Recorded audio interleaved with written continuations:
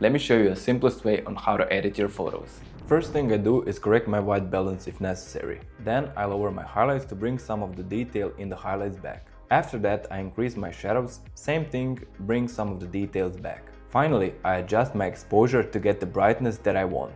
Now we move on to the contrast curve.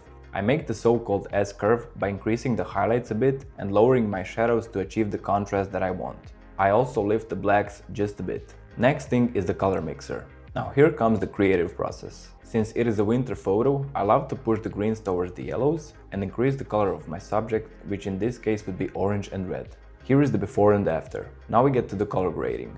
Now I am no expert, but I learned that giving a slight teal into the shadows and lowering them, giving a bit of orange into the highlights and increasing them, and finally putting the midtones in dark blue gives me the look that I like.